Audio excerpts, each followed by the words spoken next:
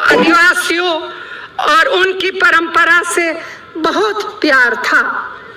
कांग्रेस ने इस परंपरा की रक्षा की है, उसे बढ़ाने की लड़ाई लड़ी है।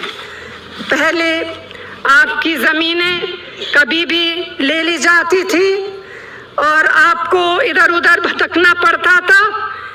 इस मुश्किल को कांग्रेस ने महसूस किया, जंगल की जमीन पर हक देने का कानून बनाया, वन की उपज पर अधिकार भी दिया, भूमि अधिग्रहण का नया कानून बनाया जिससे आपकी जमीनें कोई जबरदस्ती ना ले सके।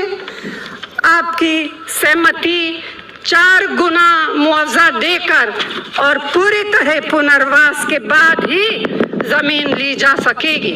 यह सब कानूनी तौर पे।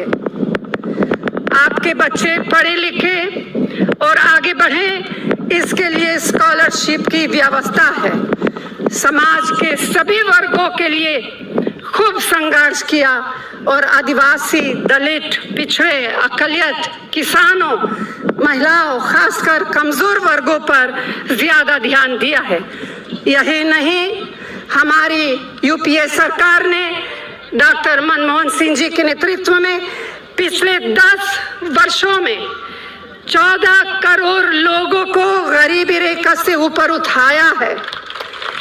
शिक्षा और स्वास्थ्य जैसे बुनियादी ढांचे को मजबूत करने के लिए एक बहुत बड़ी रकम का निवेश किया है। हमने 37,000 करोड़ रुपए महिला स्वयं सहायता समूह के लिए दिया है और 55,000 करोड़ शिक्षा लोन के तौर पर उपलब्ध कराया है। 14 साल तक के बच्चों को कानूनी तौर पर मुफ्त शिक्षा का अधिकार दिया है। देश में कोई गरीब भूखा ना रहे, इसके लिए उन्हें सस्ते दामों पर अनाज देने के लिए खाद्य सुरक्षा जैसा क्रांतिकारी कानून बनाया है।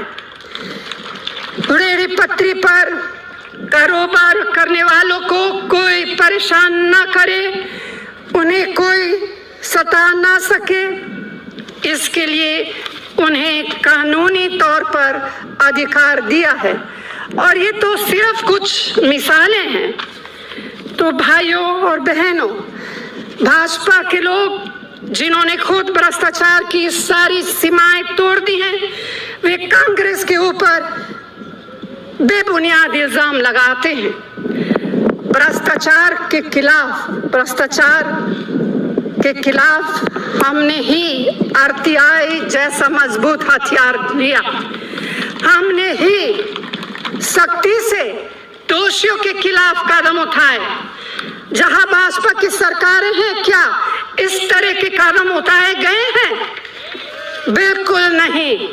मैं जानना चाहती हूं, लोकायुक्त बनाने में गुजरात सरकार को 10 साल क्यों लगे? क्या यह वजह तो नहीं है कि अपने भ्रष्टाचार पर पर्दा डालने के लिए ऐसा किया है?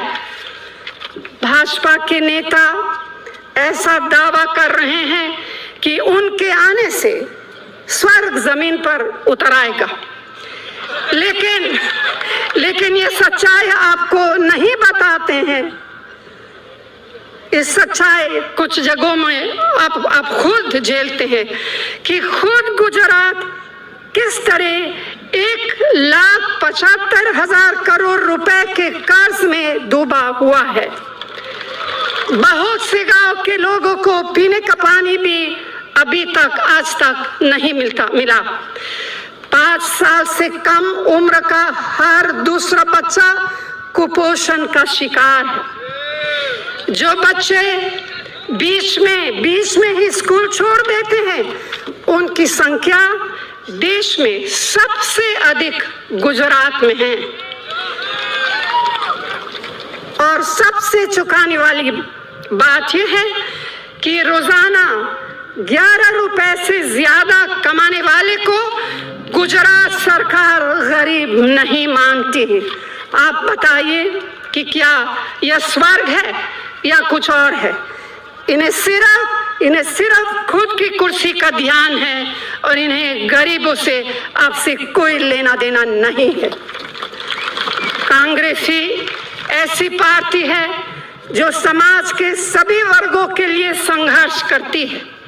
हमने अपनी 2014 के घोषणा पत्र में सभी क्षेत्रों वर्गों के लिए अनेक ठोस कार्यक्रम और योजनाओं का वादा किया है।